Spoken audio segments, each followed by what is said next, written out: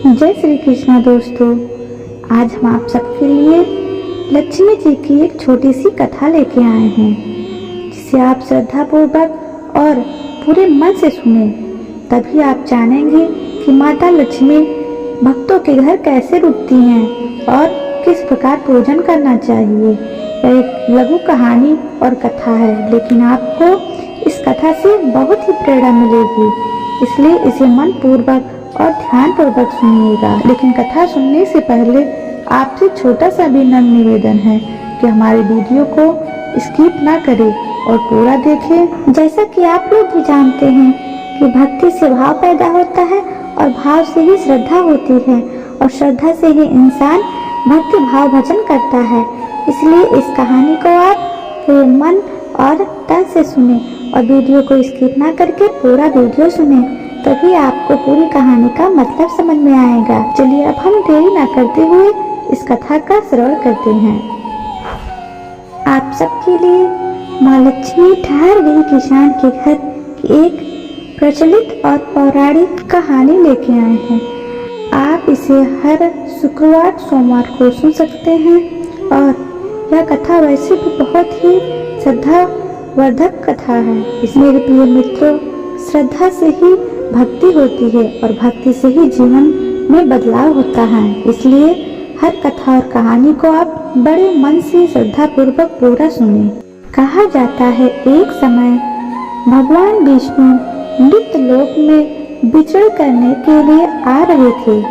तब लक्ष्मी जी ने भी उनके साथ चलने का आग्रह किया।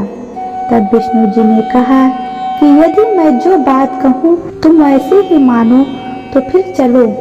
तब लक्ष्मी जी उनकी बात मान गई और भगवान विष्णु के साथ पृथ्वी पर आ गई।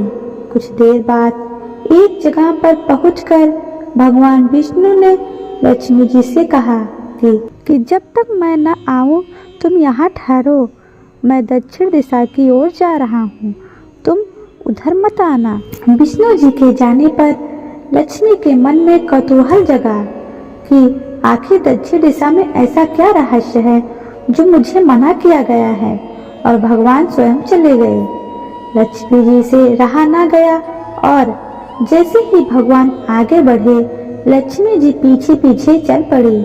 कुछ ही आगे जाने पर उन्हें सरसों का खेत दिखाई दिया जिसमें खूब फूल लगे थे।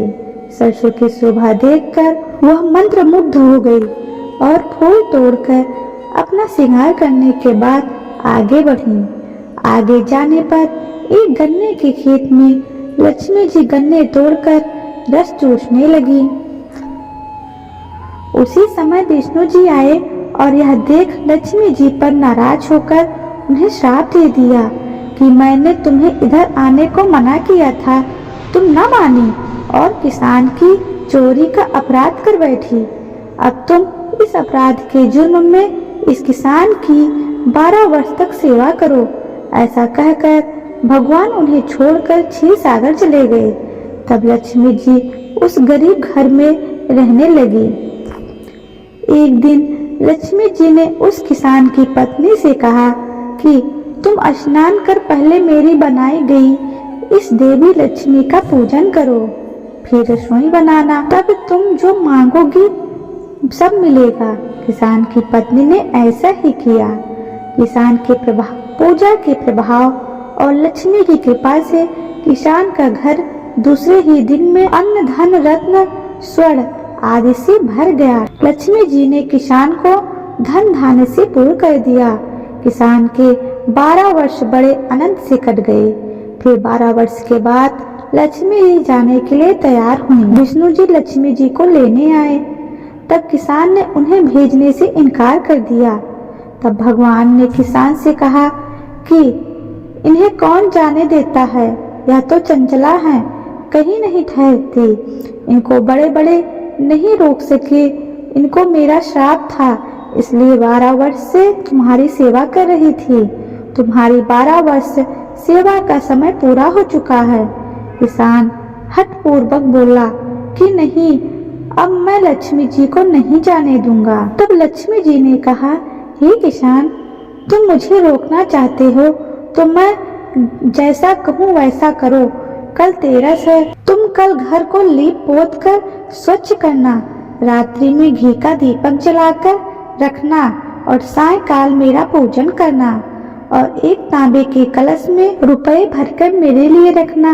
मैं उन कलश में निवास करूंगी, किंतु पूजा के समय मैं तुम्हें दिखाई नहीं दूंगी। इस एक दिन की पूजा से वर्ष भर मैं तुम्हारे घर से नहीं जाऊंगी। यह कहकर वह दीपकों के प्रकाश के साथ 10 दिशाओं में फैल गई।